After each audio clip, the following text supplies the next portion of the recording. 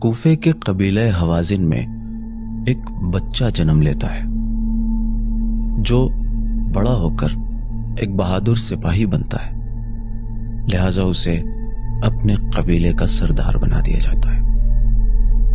جب حضرت امیر المومنین علی ابن ابی طالب علیہ السلام کو ظاہری خلافت ملی تو کوفے کے بہت سے جوان حضرت امیر المومنین علیہ السلام کے لشکر میں شامل ہونا شروع ہوئے۔ انہی جوانوں میں ایک شخص یہ بھی تھا۔ یہ جوان نمازی تھا، اس کی پیشانی پر سجدے کا نشان تھا، یہ روزے بھی رکھا کرتا تھا۔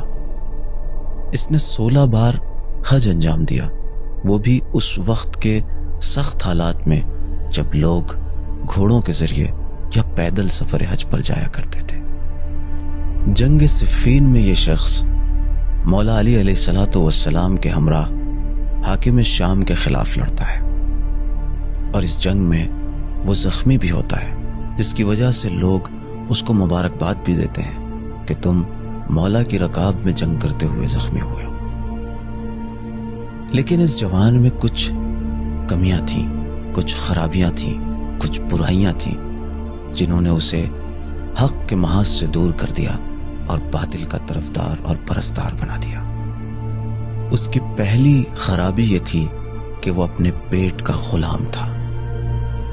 وہ کھانے پینے کا بے حد شوقین تھا، جہاں کھانا دیکھتا وہیں ٹوٹ پڑتا۔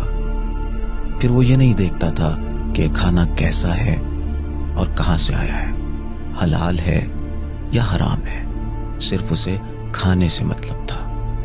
اسی پیٹ کی غلامی نے اسے مولا کی غلامی سے نکال کر دنیا کا غلام بنا دیا۔ اسی شکم پروری نے اسے مولا کا قاتل تک بنا دیا۔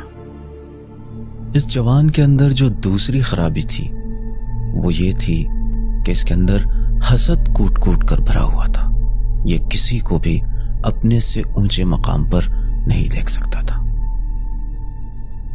عمر سعد نے ابن زیاد کو خط لکھا تھا کہ میں نے حسین سے بات کی ہے، وہ جنگ نہیں چاہتے۔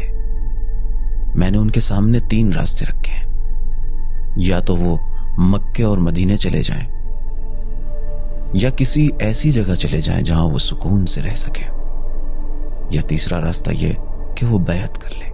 ابن زیاد کو عمر سعد کی بات ٹھیک لگی، لیکن یہ شخص ابن زیاد سے کہتا ہے کہ اگر اس وقت حسین ہمارے ہاتھوں سے نکل گئے تو پھر وہ ہمارے ہاتھ نہ آئیں گے، تم مجھے اجازت دو، میں خود جا کر حسین کا قصہ تمام کر دوں گا۔ اس جوان میں تیسری خرابی یہ تھی کہ یہ شخص تانے دیا کرتا تھا، لوگوں کا مذاق اڑایا کرتا تھا۔ یہ مولا علی اور امام حسین علیہ السلام کے چاہنے والوں کا مذاق اڑایا کرتا تھا، استہزاء کیا کرتا تھا۔ کربلا میں اس نے امام کے چاہنے والوں کو بہت ستایا اور ان کا بہت مذاق اڑایا۔ یہی وجہ ہے کہ وہ حضرت علی علیہ السلام کا مخالف اور امام حسین علیہ السلام کا قاتل بنا۔ یہ شخص کوئی اور نہیں، شمر تھا، شمر ابن ذی الجوشن۔